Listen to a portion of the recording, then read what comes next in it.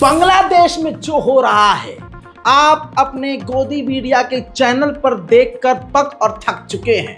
आज इस अंतर्राष्ट्रीय प्राइम टाइम रिपोर्ट के अंदर मैं आपको सबसे पहले बताने वाला हूं कि बांग्लादेश की आड़ में हिंदू कट्टरपंथी भारत को भी जलाने में पीछे नहीं है। कोशिश यही है कि भारत में भी हिंदू मुस्लिम हो जाए। ये बात हकीकत है कि बांग्लादेश में अल्पसंख्यक, वहाँ जो अल्पसंख्यकों में वो आते हैं हिंदू, तो वहाँ हिंदुओं के धर्म स्थल, हिंदुओं के ऊपर, उनके घरों पर हमले हुए हैं। इसमें कोई बहस की गुंजाइश नहीं है। लेकिन हिंदुओं का नाम लेकर, हिंदू अल्पसंख्यकों का नाम लेकर भारत में कट्टरपंथी, हिंदू कट्टरपंथी, आरएसएस और BJP IT cell fake video share करके भारत में माहौल बिगाड़ रही है। हत्ता कि कई सारे हिंदू संगठन और हिंदू नेता भारत में रहने वाले मुस्लिम लोगों का नरसंहार करने की बात कह चुके हैं बांग्लादेश की आड़ में। लेकिन दोस्तों, बांग्लादेश में जो कुछ भी हुआ वो क्या सही था, क्या गलत था, आज उसकी शुरुआत मैं आपको शुरू से बता देता हूं। बहुत शॉर्ट में, आसान जबान में समझाऊंगा। कहानी लंबी है, आपके पास समय कम है और मेरे पास आपसे ज़्यादा कम, तो काम ये करना है मुझे कि कम समय में आपको पूरी कहानी समझानी है। शेख हसीना वहाँ की एक सीधी सादी बता रहा हूँ बात, डिक्टेटर है, वहाँ की तानाशाह, जिसके दिल और दिमाग में ख्वाब ये था कि मैं ही अब जब तक हूँ प्रधानमंत्री रहूँगी। अब मेरे बाद कोई प्रधानमंत्री नहीं। जितने भी चुनाव हो रहे थे सब में धांधली हो रही थी, और यहाँ भारत में आप रहते हैं तो अच्छे से समझ सकते हैं कि धांधली किसे कहते हैं और चुनाव में किस तरह से धांधली होती है। लेकिन मुद्दा 15 साल की गद्दी अचानक से शेख हसीना के हाथ से कैसे निकली, उसके पीछे 3 शेख हसीना की गलती थी। पहली गलती, जो कि खुद दैनिक भास्कर लिख रहा है, रिपोर्ट आपकी स्क्रीन पर इसलिए लगा रहा हूं ताकि यहां जो कट्टरवादी हिंदू हैं उनके मुंह पर तमाचा लगे, क्योंकि वो प्रोपेगेंडा फैला रहे हैं। दैनिक भास्कर ने लिखा कि 3 वजह से शेख हसीना की 15 साल की सत्ता चली गई। सबसे पहला जो मिस्टेक है उनका, वो है आरक्षण पर फैसला, रिजर्वेशन पर फैसला। आप जानते हैं भारत में भी रिजर्वेशन के खिलाफ है कोई इंसान। इसी तरह से शेख हसीना की दूसरी गलती थी कि प्रदर्शनकारियों को गद्दार कहा। ठीक वैसे ही जैसे किसान जब आंदोलन कर रहे थे भारत में, तो किसी इंसान ने किसानों को गद्दार कहा। तवज्जो चाहूंगा, मजा आ जाएगा रिपोर्ट देख के, और अल्लाह करे हमारे वाले की भी आंखें खुल जाएं।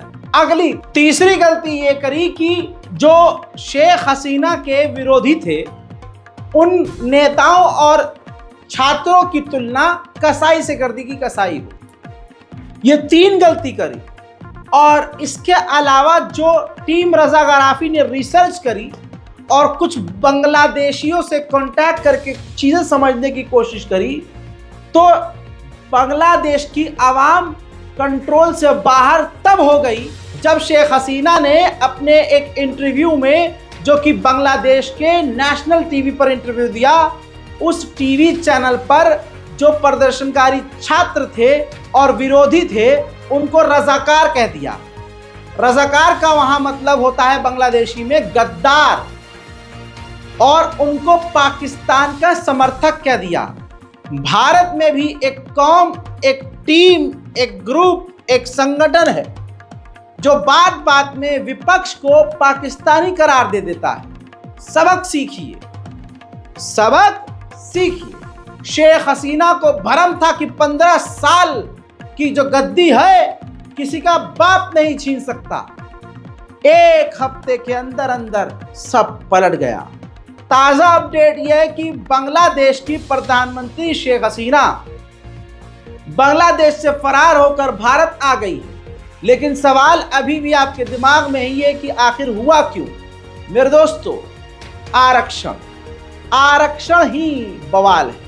शॉर्ट में बता रहा हूं, कहानी लंबी है। बांग्लादेश जब से आज़ाद हुआ, आरक्षण का कोटा वहां चलता है, जिसमें जनरल बच्चों को, जनरल को कम और शेख हसीना का झुकाव जो क्रांतिकारी लोग हैं और जिन्होंने देश की आज़ादी में हिस्सा लिया, उनके बच्चे और उन लोगों को आरक्षण देने में उनका झुकाव था। शेख हसीना चाहती थी कि ज़्यादा से ज़्यादा आरक्षण सिर्फ और सिर्फ हमारे जो देश के शहीद हैं उनके घर वालों को और जो कार्यकर्ता हैं देश के लिए, जो देश के लिए लड़े हैं मरे हैं, उनके खानदान वालों को ही आरक्षण मिले। बीच में तो ऐसा हुआ जब छात्रों ने, जर्नल वालों ने विरोध किया, दूसरे कोर्टों ने, अल्पसंख्यकों ने, सबने मिलकर विरोध किया, तो शेख हसीना ने आरक्षण सिस्टम ही हटा दिया था। अब आपकी स्क्रीन पर ये ग्राफ देखिए, ये सन 2012 का कोटा सिस्टम है। जनरल छात्रों के लिए 44%, स्वतंत्रता सेनानियों के बच्चों के लिए 30%, पिछड़े जिलों के लिए 10%, महिलाओं के लिए भी 10%, अल्पसंख्यकों के लिए 5% और विकलांग छात्रों के लिए 1%। अब दोस्तों मामला ये हुआ कि शेख हसीना इस कोटा सिस्टम को खत्म करके कह रही थी कि ज्यादातर, क्योंकि जनरल वाले बच्चे कह रहे थे कि नहीं और दूसरे कोटा वाले कि नहीं, ज्यादा आप आरक्षण उनको बच्चों को मत दीजिए, हम भी हैं देश के लिए, हम भी हैं देश के नागरिक, हम भी गरीब हैं, उनको तो दे रहे हो आरक्षण और सब कुछ सारी फैसिलिटी दे रहे हो, हमें क्या दे रहे हो। तो ये तनाव बढ़ता गया। शेख हसीना डिक्टेटरशिप कर रही थी, एक तरह से बातचीत करने के बजाय उनके अंदर अकड़, बात न करना, उल्टे सीधे बयान देना। याद है ना, भारत में जब चुनाव हो रहा था तो एक चचा थे, वो बहुत उल्टा सीधा बयान दे रहे थे। बहरहाल अब बांग्लादेश की शेख हसीना के ये 3-4 गलतियां और छात्रों से उलझना उन पर बहुत ज़्यादा भारी पड़ गया। छात्रों को जैसे ही उन्होंने गद्दार और पाकिस्तानी समर्थक कहा तो छात्रों ने ये रजाकार जुमला पकड़ लिया और रजाकार जुमले से उन्होंने एक आंदोलन शुरू किया।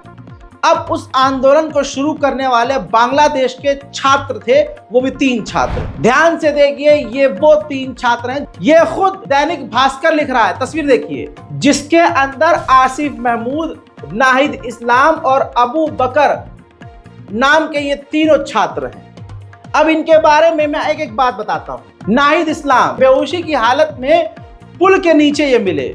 नाहिद इस्लाम छात्र आंदोलन का सबसे बड़ा चेहरा है। उन्होंने रविवार को बता दिया था कि आज हमने लाठी उठाई है, अगर लाठी काम नहीं आई तो हम हथियार भी उठाएंगे।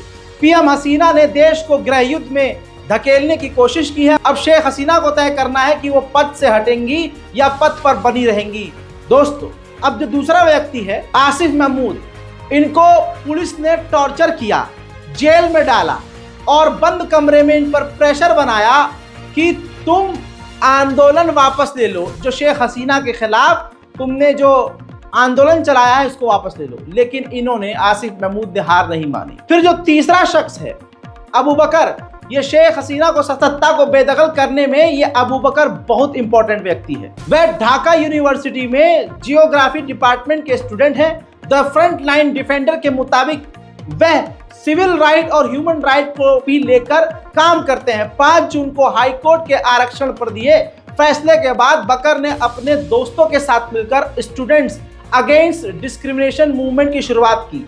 स्वतंत्रता सेनानियों के रिश्तेदारों को सरकारी नौकरी में आरक्षण दिए जाने का जोरदार इन्होंने विरोध किया।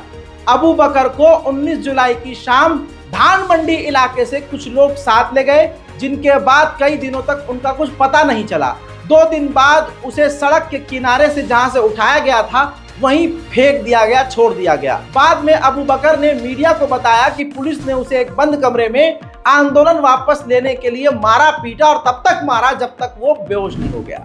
ये 3 छात्रों की हाल फिलहाल की आप बीती ने बांग्लादेश के लोगों के अंदर गुस्सा जो भरा हुआ था वो फोड़ दिया। 15 साल से कोई नेता प्रधानमंत्री जबरदस्ती प्रधानमंत्री बनकर रहा हो और जो मन में आ रहा हो कर रहा हो, तो ऐसे कैसे चलेगा। अब यहाँ पर खेल बुरा होता है। खेल बुरा ये होता है जो मुस्लिम कट्टरपंथी हैं, उन लोगों ने दंगे की आड़ में, इस प्रदर्शन की आड़ में पुलिस पर हमला किया, सेना पर हमला किया और साथ ही लगभग देश को जलाना शुरू कर दिया। मुस्लिम कट्टरपंथियों ने मौका पाते ही, जैसे उनको मौका मिला, उन्होंने हिंदू जो धर्म स्थल है वहां पर भी हमला करना शुरू कर दिया। जो सच है उससे मुंह मोड़ना मेरे बस की बात नहीं।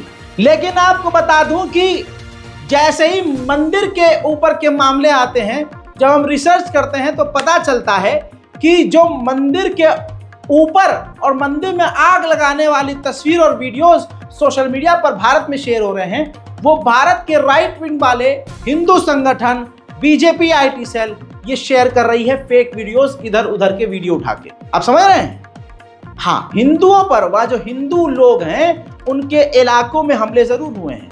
अब एक हिंदू महिला है जिसके घर के बाहर आग लगाई जा रही है, और तो और उनके घर पर हमला करने की चीख पुकार हो रही है, और परिवार जो हिंदू परिवार है वो घर के अंदर बहुत डरा हुआ है।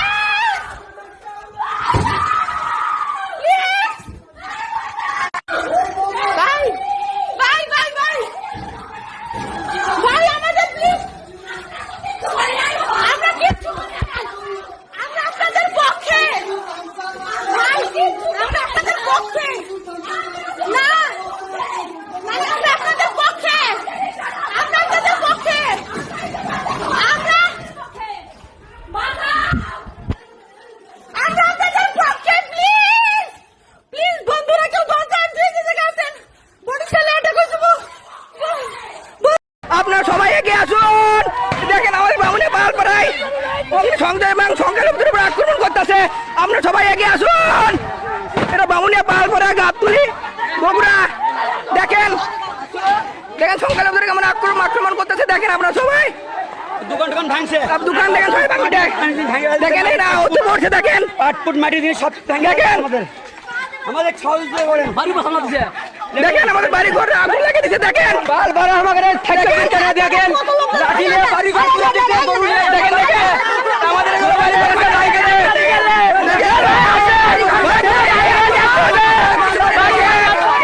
সবাই এগিয়ে আসুন। আমাদের বাল করে দেখেন এগিয়ে আসুন।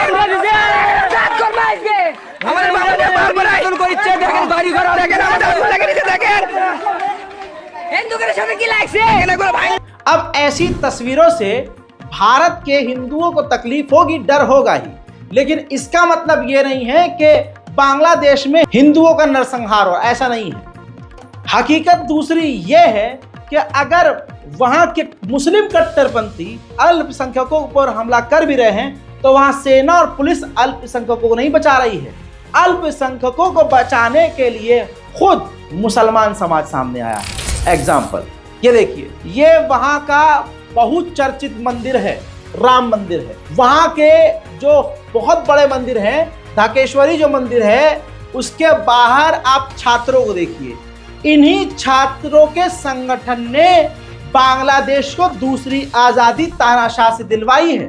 और आज आप ध्यान से देखिए, प्रोपेगेंडा जो मोदी के चाहने वाले, योगी जी के चाहने वाले हिंदू संगठन जो भारत में फैला रहे हैं सोशल मीडिया पर, उसकी हकीकत दरअसल ये है कि वही छात्र मंदिरों को बचा रहे हैं। हमारा रात रात भर लाठी लेके बैठे हुए हैं कि अगर कोई आया, कोई मुसलमान कट्टरपंथी आ गया मंदिर की तरफ आंख उठाने, तो पीट दिया जाएगा, काट दिया जाएगा।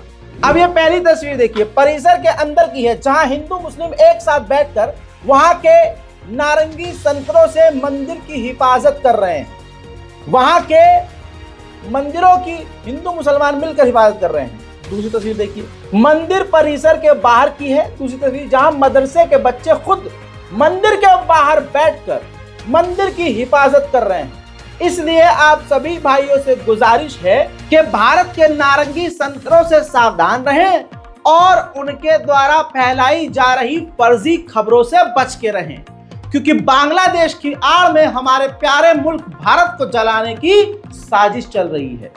भारत के बड़े बड़े नेता कट्टरवादी ऐसे बयान दे रहे हैं जिससे दुनिया को यह मैसेज जाए कि बांग्लादेश में हिंदुओं का नरसंहार हो रहा है। इसमें डिबिया भी आई आगे। जी हाँ, जो पूरी दुनिया के हर बीमारी के इलाज को बताता है, और जो कोरोना की दवाई भी ले आया था, और दुनिया भर की तमाम बीमारियों की दवाई बनाने का दावा करने वाला, जो अपनी खुद एक डिब्बी का इलाज नहीं कर पाया, बाबा रामदेव वो भी सामने आ गए और उन्होंने वही भड़काने वाला काम कि हिंदुओं का साथ गलत हो रहा है। बांग्लादेश में हमारे हिंदू भाइयों पर किसी भी प्रकार की कोई क्रूरता, अत्याचार, जुल्म, ज्यादती ना हो। चाहे वहाँ पर हमारे हिंदू भाई हैं जो व्यापार कर रहे हैं, या जो हमारे वहाँ पर हिंदू मंदिर हैं, या हमारे भारतीय वहाँ पर जो नागरिक रह रहे हैं, उनके साथ किसी प्रकार की कोई नाइंसाफ़ी ना हो। इसके लिए पूरे देश को एकजुट रहना होगा। और पहली बार मुझे ये देख करके प्रसन्नता हुई कि पूरा विपक्ष सरकार के साथ है, और यही भारत की नीति होनी चाहिए। नहीं तो जिस तरह से पूरी दुनिया में इस्लामिक कट्टरवाद बढ़ रहा है, और वो भारत के पड़ोस में जिस तरह से उसने दस्तक दे दी है, वह देश के लिए बहुत ही खतरनाक हो सकता है। ये एकजुटता हमारी आगे भी रहनी चाहिए। कोई यहाँ पर आरक्षण के नाम पर, कोई जाति के नाम पर, कोई अलग अलग प्रकार के मजहबी उन्माद के नाम पर देश को जो बांटना चाहता है, ये ठीक नहीं है। इसलिए हमारी भारत की राजनीति मुद्दों पर केंद्रित हो, उसमें जाति, उसमें संविधान, उसमें आरक्षण, उसमें सुना। अब हकीकत जानिए। बांग्लादेश के बहुत बड़े मौलाना जिनका दबदबा बहुत तगड़ा है, वो उल्टा अपने ही देशवासियों से अपील कर रहे हैं कि हम सबको मिलकर अल्पसंख्यकों यानी हिंदुओं को बचाना है, उनके घरों की और धर्म स्थलों की रक्षा करनी है। और यहाँ भारत में गोदी मीडिया आपको पूरी तरह से भड़काने में और भारत को आग में झोंकने में लगातार काम पे लगा हुआ है। सुनिए बांग्लादेश के सबसे बड़े आलिम दीन हैं। সংখ্যালঘুদের জান এবং মালের নিরাপত্তা মুসলমানদের কাছে খুবই গুরুত্বপূর্ণ একটি বিষয়। আমি আমাদের সম্মানিত ফলোয়ার্স এবং দেশের সর্বস্তরের মানুষের প্রতি উদাত্ত আহ্বান রাখতে চাই যে আমাদের প্রত্যেকের যার যার এলাকার সংখ্যালঘুদের জান, মাল, তাদের বাসাবাড়ি, তাদের স্থাপনা এবং উপাসনালয়গুলো যেন সকল প্রকার হামলা, সকল প্রকার আক্রমণ এবং দুষ্ট চক্রের সকল অনাচার থেকে মুক্ত থাকে, নিরাপদে থাকে, বিষয়ে আমাদের প্রত্যেককে সজাগ দৃষ্টি রাখতে হবে। বিশেষ করে আমি মসজিদ কমিটির দায়িত্বশীল এবং সম্মানিত ইমাম খতিবদের প্রতি উদাত্ত আহ্বান রাখতে চাই, আপনাদের মসজিদের মাইকে নিজ নিজ এলাকায় ঘোষণা করুন যে আপনাদের এলাকার সকল প্রকার সংখ্যালঘুরা, হিন্দু হোক, বৌদ্ধ হোক, খ্রিস্টান হোক, তারা প্রত্যেকে যেন নিরাপদে থাকে এবং কেউ যেন কোনোভাবে তাদের প্রতি কোনো প্রকার অবিচার করতে না পারে। কোনো দুষ্ট বা অপরাধী চক্র যদি তাদেরকে কোনো ক্ষতি করতে চায়, এলাকাবাসী যেন সম্মিলিতভাবে সেটাকে প্রতিহত করে, এ বিষয়ে আপনারা মসজিদের মাইকে ঘোষণা করুন। সেই সাথে মাদ্রাসা শিক্ষার্থী সহ সর্বস্তরের শিক্ষার্থীদেরকে আমি অনুরোধ করতে চাই, আপনারা অনেক কষ্ট করেছেন, আরেকটু কষ্ট করুন। কোনোভাবে সংখ্যালঘুদেরকে অত্যাচার করে, অবিচার করে বা কোনো ধরনের দুর্ঘটনা ঘটিয়ে সেটাকে উদুরপিণ্ডি বুদুর ঘাড়ে চাপানোর অপচেষ্টা যেন কেউ করতে না পারে এবং আমাদের সকলের এই অর্জনকে যেন কেউ ম্লান করতে না পারে, সেবারে আমাদের প্রত্যেককে সজাগ দৃষ্টি রাখতে হবে। এটা হলো এই সময়ের আমি মনে করি সবচেয়ে গুরুত্বপূর্ণ কাজগুলো রাখি। सुन लिया। लेकिन गोदी मीडिया के तमाम एंकर और बड़े बड़े चैनल भारत को बांग्लादेश की आग में झोंकना चाहते हैं। जैसे ये चुबीका लियाकत, ध्यान से देखिए, ट्वीट करती है और लिखती है कि वो ऑल आइज ऑन रफा वालों का कोई पोस्ट नहीं दिखाई दे रहा है। बांग्लादेश में अल्पसंख्यकों पर हो रहे हमलों पर आंखों पर किसी ने पट्टी बांधी है या किसी ने स्क्रिप्ट नहीं थमाई। यानी ये वो रूबी का सियासत है, ये घिनौनी और घटिया और गंदे किस्म की वो महिला है जो गाजा के ऊपर कत्लेआम इजराइल कर रहा है, बच्चों की लाश के टुकड़े बिखर जा रहे हैं। ये उसके खिलाफ तो नहीं बोली, लेकिन इसके सीने में दर्द ये है कि भारत के लोग फिलिस्तीन पर हो रहे जुल्म पर क्यों बोले, और ये कटाक्ष कर रही है, जिस पर रिप्लाई वसीम अकरम त्यागी ने बहुत बढ़िया दिया है। लिखते हैं, देखो तो कौन बोल रहा है, वो महिला जो अपने ही जैसी एक महिला के बलात्कारी दरिंदों को मालाएं पहनाए जाने पर चुप्पी साधे रहती है, वो महिला जो अपने ही जैसे एक महिला के बलात्कारी दरिंदे को अपनी पार्टी की सरकार द्वारा रिहा किए जाने पर उफ तक नहीं कर पाई। वो बोल रही है, वो बोलेगी। और हाँ, रूबी का लियाकत तुम वही हो ना, मानवता के दुश्मन जियोनिस्टों के पैरोल पर फिलिस्तीनियों की शहादत पर ठहाका लगाकर आई। तुम्हें न राफा पर बोलने का हक है न ढाका पर।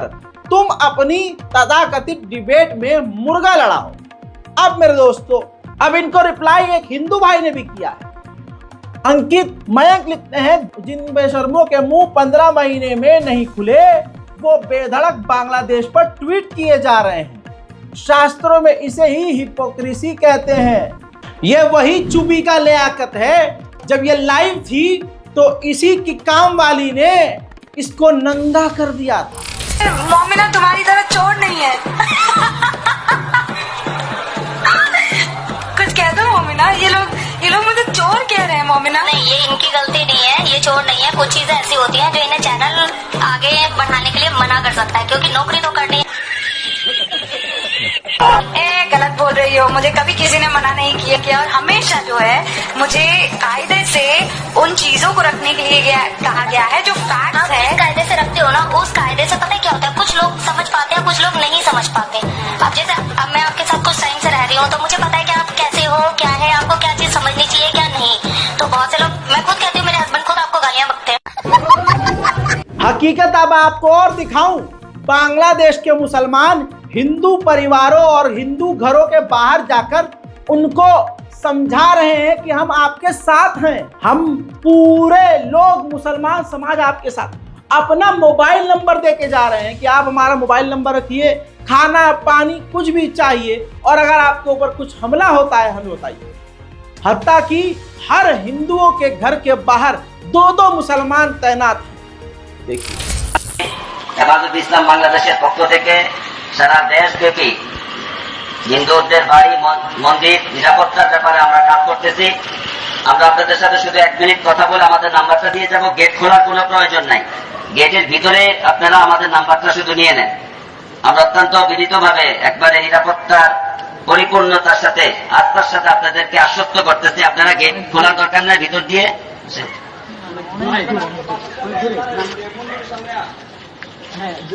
যে আপনারা শুধু আমাদের নাম্বারটা নিয়ে যান, নিশ্চিন্তে আসেন। গেট খোলার কোনো প্রয়োজন নেই, গেট খোলার কোনো প্রয়োজন নেই।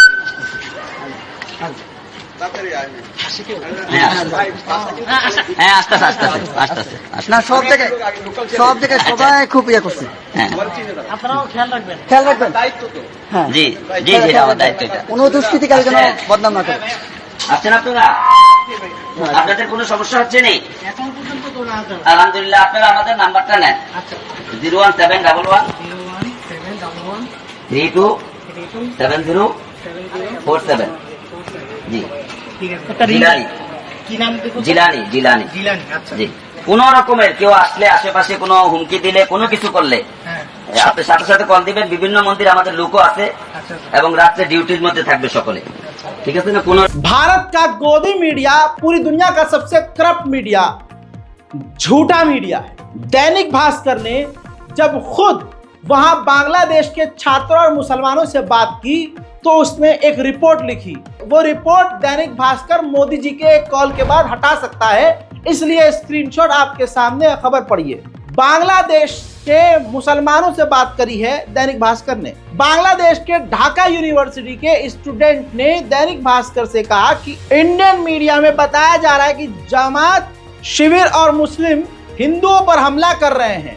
यह सरासर गलत है। आंदोलन से जुड़े छात्र खुद मंदिर और हिंदुओं के घरों के आगे तैनात। ये सच आपने सुन लिया, देख लिया, दैनिक भास्कर ने खुद रिपोर्ट लिखी है। लेकिन भारत के हिंदू संगठन भारत को आग में झोंकने में लगे हुए हैं।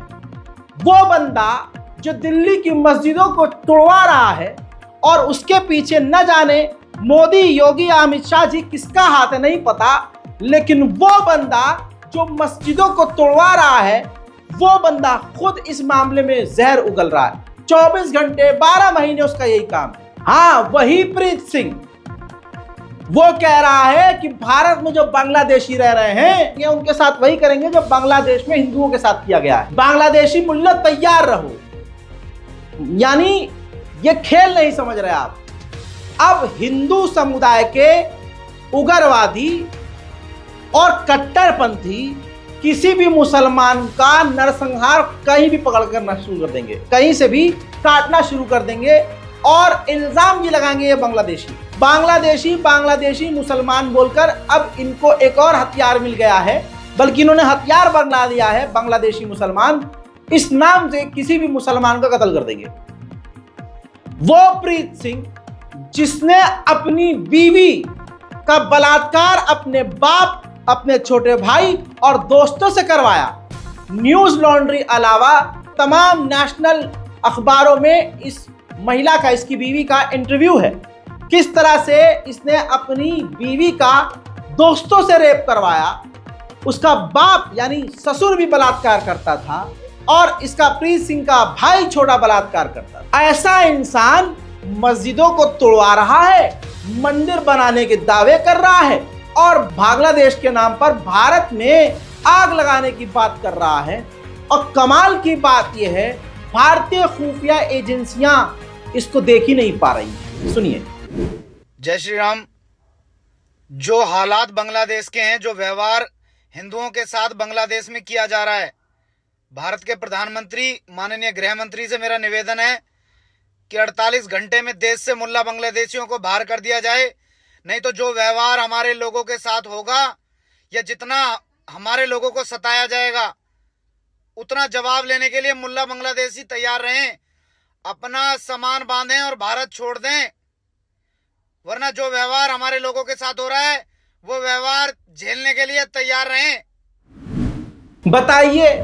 अरे भैया सिर्फ ये नहीं है, इसको तो मैं एक ही राय दूंगा, अबे जाके पहले अपना घर बचा, अपना घर बसा। सिर्फ बाल लंबे करने से मतलब ये नहीं होता कि तेरा सब कुछ सही हो। तो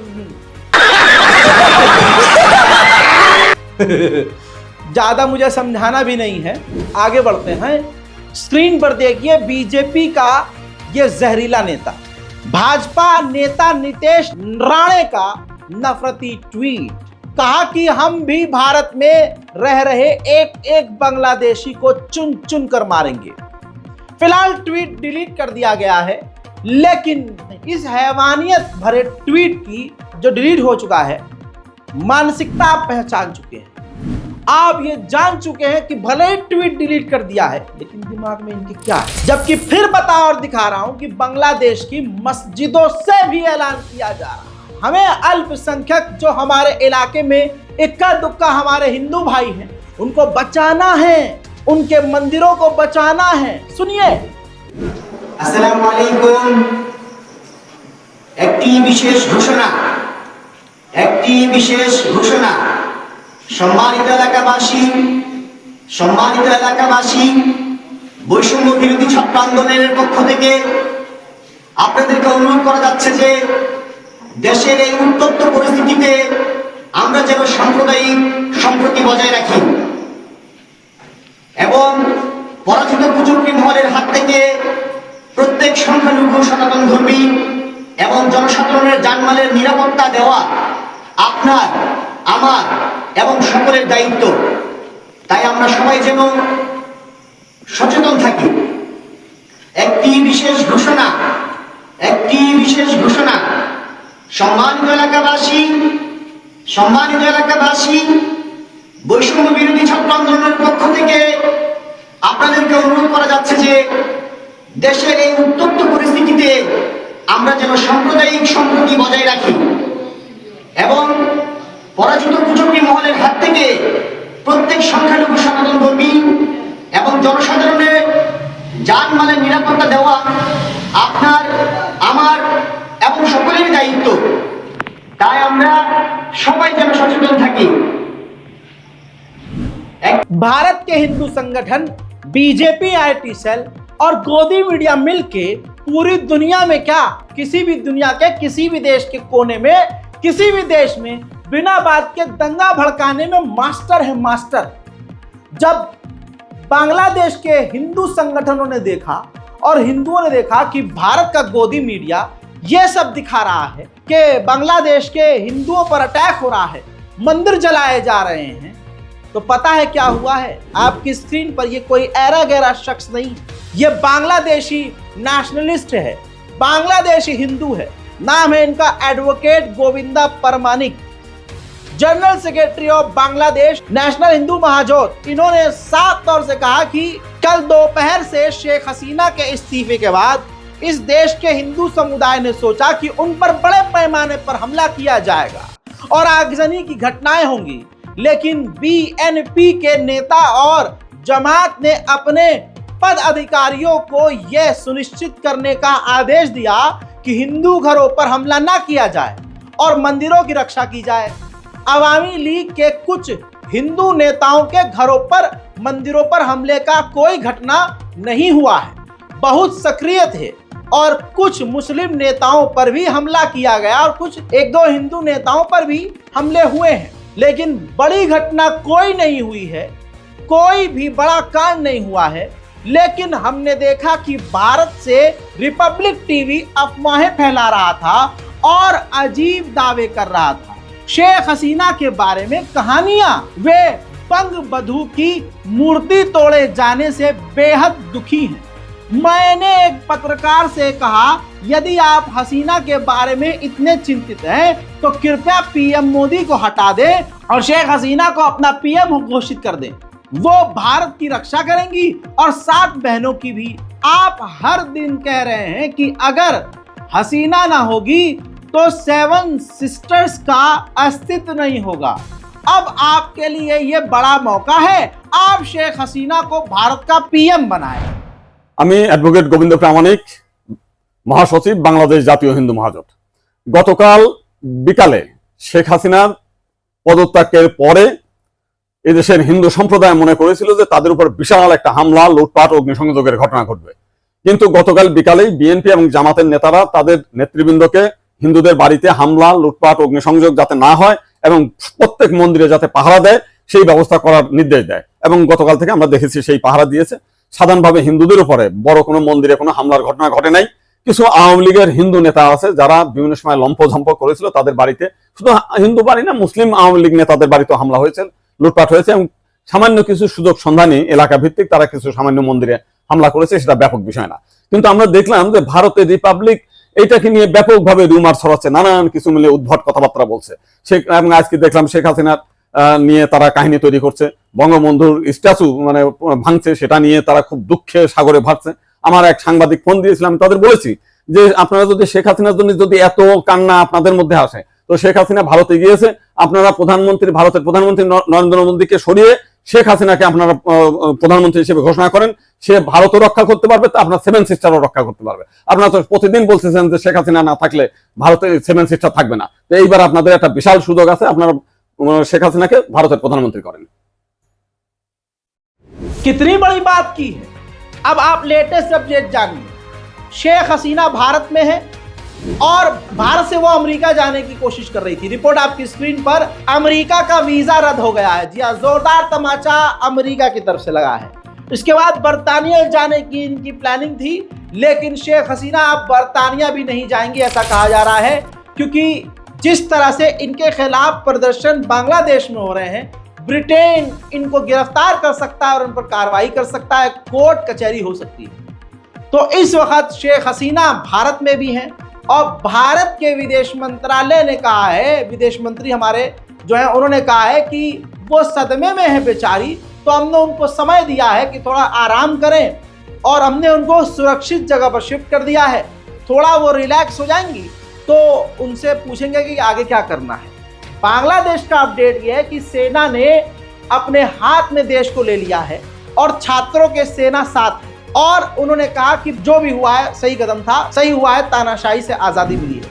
अब आपको बता दूं कि शेख हसीना इतनी बड़ी तानाशाह थी कि उसने पूर्व प्रधानमंत्री खालिदा जिया को जेल में बंद कर रखा था। 2018 से पूर्व प्रधानमंत्री को जेल में ठूस के खुद प्रधानमंत्री जबरदस्ती बन के बैठी थी शेख हसीना, जिसका फुल सपोर्ट भारत के वो लोग कर रहे हैं जिनको खुद एक तानाशाह बहुत पसंद है और वो चाहते हैं कि हमारा वाला भी बस ये आखिरी है, इसके बाद कोई भारत में चुनाव नहीं। समझ रहे हो? समझो क्यों, कौन से वो लोग हैं जो शेख हसीना को सपोर्ट कर रहे हैं। अरे पूरा का पूरा देश बांग्लादेश शेख हसीना के खिलाफ है, सरकार शेख हसीना के खिलाफ है। आपकी स्क्रीन पर मैं दिखाने जा रहा हूं, सेना अगर जनता के खिलाफ होती तो क्या ऐसी तस्वीर आपको देखने को मिलती? साफ आप देखिए कि जनता जो है, वहाँ के जो प्रोटेस्टर्स हैं, जो प्रोटेस्ट करने वाले लोग हैं, वो हाथ मिला रहे हैं सेना से। सेना के लोग खुद हाथ मिला रहे हैं। इतना ही नहीं, अगली तस्वीर तो बहुत लोगों को आग लगा देगी। स्लोगन स्लोगन जोरे जोरे स्लोगन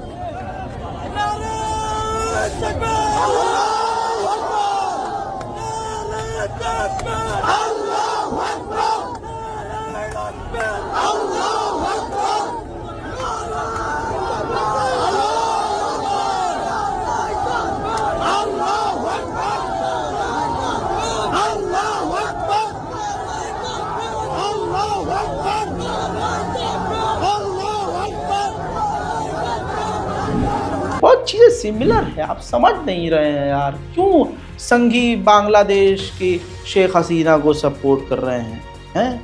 और मैं तो उनको कहता हूँ भविष्य देखो, भविष्य। शेख हसीना 15 साल से तानाशाही पर उतारू थी, क्या हुआ? सब पानी हो गया।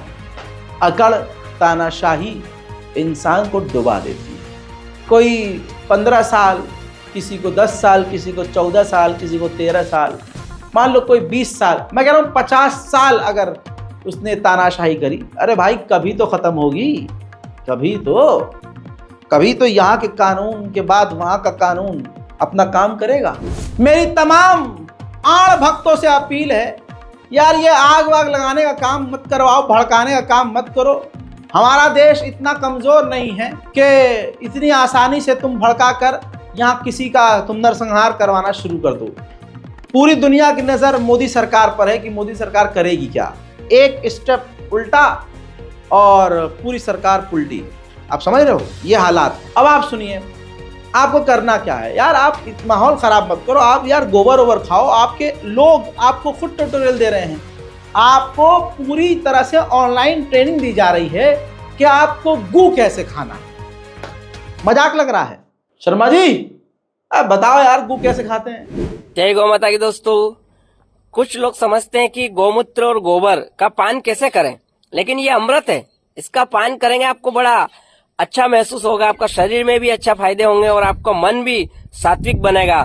देखिए ये आपके सामने ये गोमय गोबर है, दिख रहा है आपको? ये गौशाला में बैठा हूं मैं और ये देखिए गोबर, और ये आपके सामने मैं खा रहा हूँ। इसको खाना कैसे है, आपको अच्छा सा चबाएं, उसका रस अंदर पिए, या कहीं रस निकाल के कपड़े से भी आप पी सकते हैं। लेकिन ये मैं आपके सामने खा रहा हूँ। ये करीब 4 महीनों से तो मैं प्रतिदिन कर रहा हूँ। ये देखिए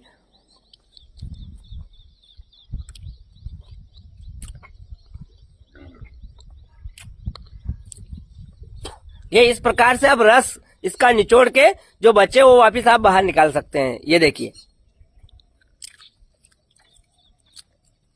क्या आनंद आ रहा है। जय गौ माता की। बहरहाल जो बांग्लादेश में हुआ वो हुआ, लेकिन ऐसा नहीं है कि छात्रों ने सब कुछ अच्छा किया या वहाँ के जो मुस्लिम संगठन ने सब अच्छा किया। छात्र जब बांग्लादेश की संसद में घुसे, शेख हसीना के रेजिडेंटल एरिया में घुसे, तो यह है शेख हसीना का बेड जिस पर प्रदर्शनकारियों ने फोटो खिंचाए। शेख हसीना के कपड़ों को चुराया, उनके इनर वियर्स को चुराया, उसके साथ कई तस्वीरें वायरल हो रही हैं, फोटोज वायरल हो रहे हैं, संसद में तोड़फोड़ मचाई। यह सब कुछ गलत था और गलत को रजाग्राफी हमेशा गलत बोलेगा। ऐसा नहीं है कि सिर्फ छात्र सड़कों पर उतरे थे, हकीकत यह है कि पूरा का पूरा बांग्लादेश सड़कों पर उतर आया था। प्रदर्शन का खौफनाक मंजर।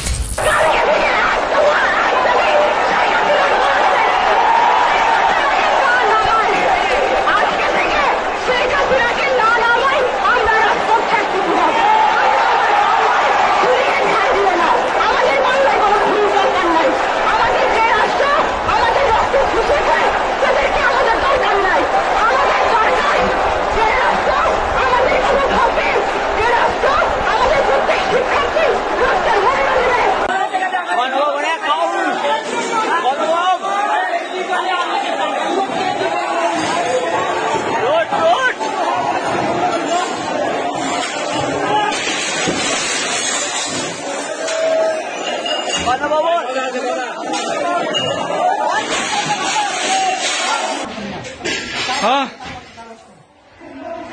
গণভবনের জেলাবেলা শুরু আছে। আমাদের দখলে গণভবন, গণভবন আমাদের দখলে, গণভবন আমাদের দখলে।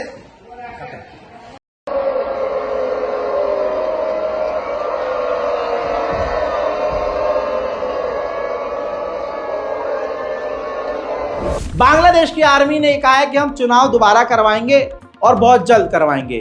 आपकी स्क्रीन पर बांग्लादेश की सेना जो है, जो बैरक्टर TB2 ड्रोन इस्तेमाल कर रही है जनता पर नजर रखने के लिए, वो विजुअल भी दिखा रहा हूं। हजरात, अब आते हैं बरतानिया की तरफ। बरतानिया में वो 3 बच्चियों का कत्ल किया था डांस क्लास के बाहर। वो किया था गैर मुस्लिम ने, जो ईसाई था, जो कि पोलैंड का था, वो मुसलमान भी नहीं था। उसके बहाने से पूरे बरतानिया में जो इमिग्रेंट्स हैं, जो आकर, सिर्फ मुसलमान नहीं, जो बाहर से आकर रह रहे हैं, उनके खिलाफ प्रदर्शन होने लगा और स्पेशली टारगेट मुसलमानों को किया जाने लगा।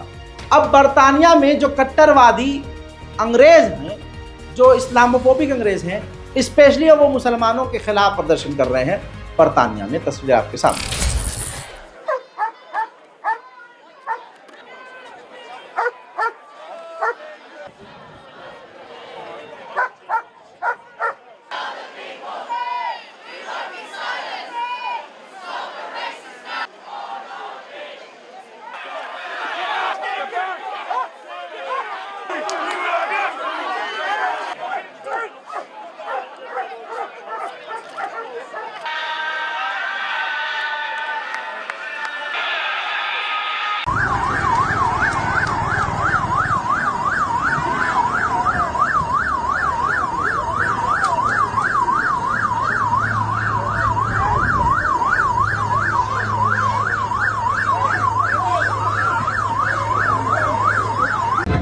Smashing the pub up, they shouldn't do that, man. That's wrong. I don't agree with that.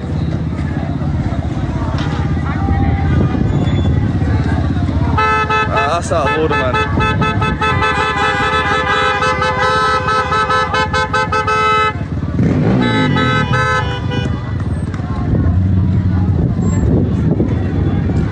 Smashing that pub up. They're just probably families in there. Australia का कोकोस आइलैंड इंडियन ओशियन में है। China के खिलाफ America उस Cocos island पर military base बनाने की तैयारी कर रहा है, उसकी नज़र है। हजरात, आपको बता दूं, म्यांमार से एक बड़ा अपडेट। म्यांमार में भी मिलिट्री कूप है, लेकिन मिलिट्री बुरी तरह से हार रही है।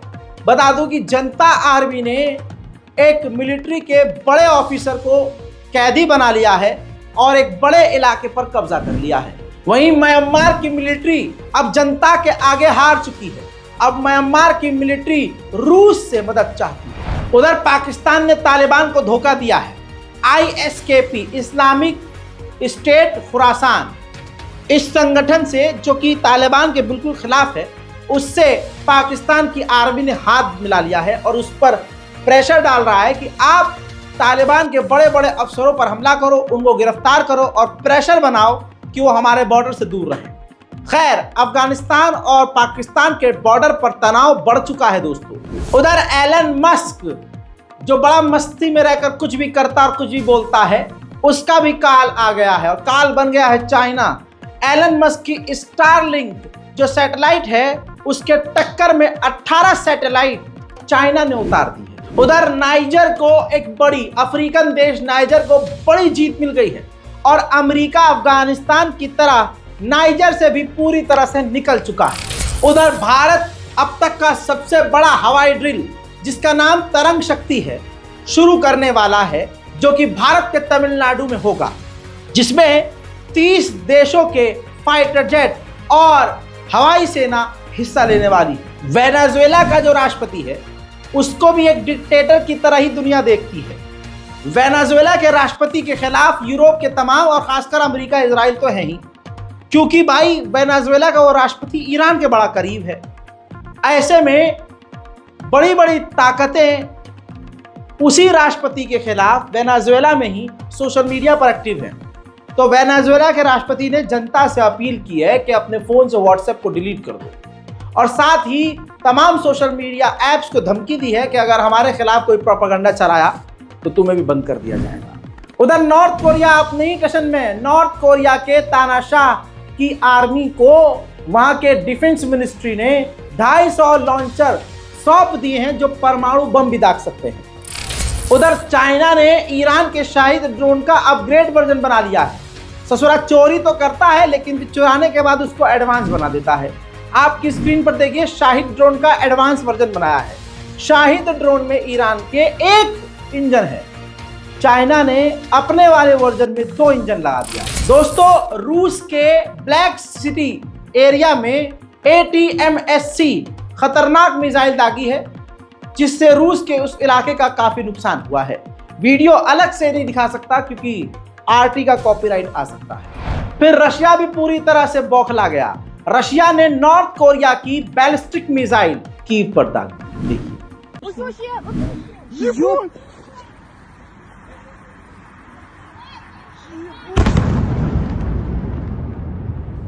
उधर यूक्रेन को पूरी दुनिया की तमाम बड़ी ताकतें जब मदद करेंगी तो एडवांस हथियारों की कमी होगी क्या?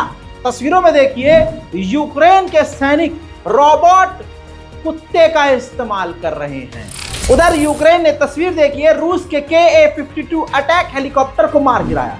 यूक्रेन के करीब अमेरिका और रोमानिया ने मोल्डोवा में खतरनाक मिलिट्री ड्रिल शुरू कर दी।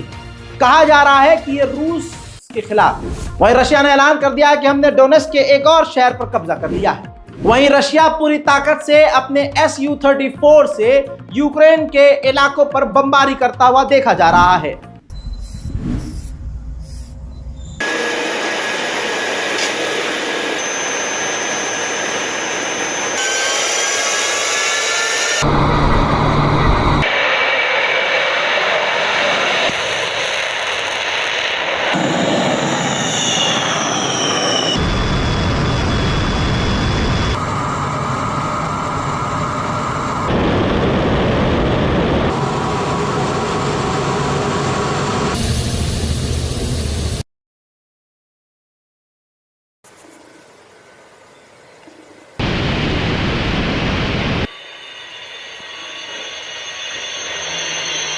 अंतरराष्ट्रीय प्राइम टाइम रिपोर्ट में आज तमाम बड़ी खबरें आपको एक्सप्लेन कर दी है जो आपके लिए जानना बेहद जरूरी है। इस खास रिपोर्ट को शेयर कीजिए और दुआओं में हमें याद रखिए। हमारे चैनल पर अगर नए हैं तो चैनल को सब्सक्राइब करना बिल्कुल मत भूलिएगा। जय हिंद।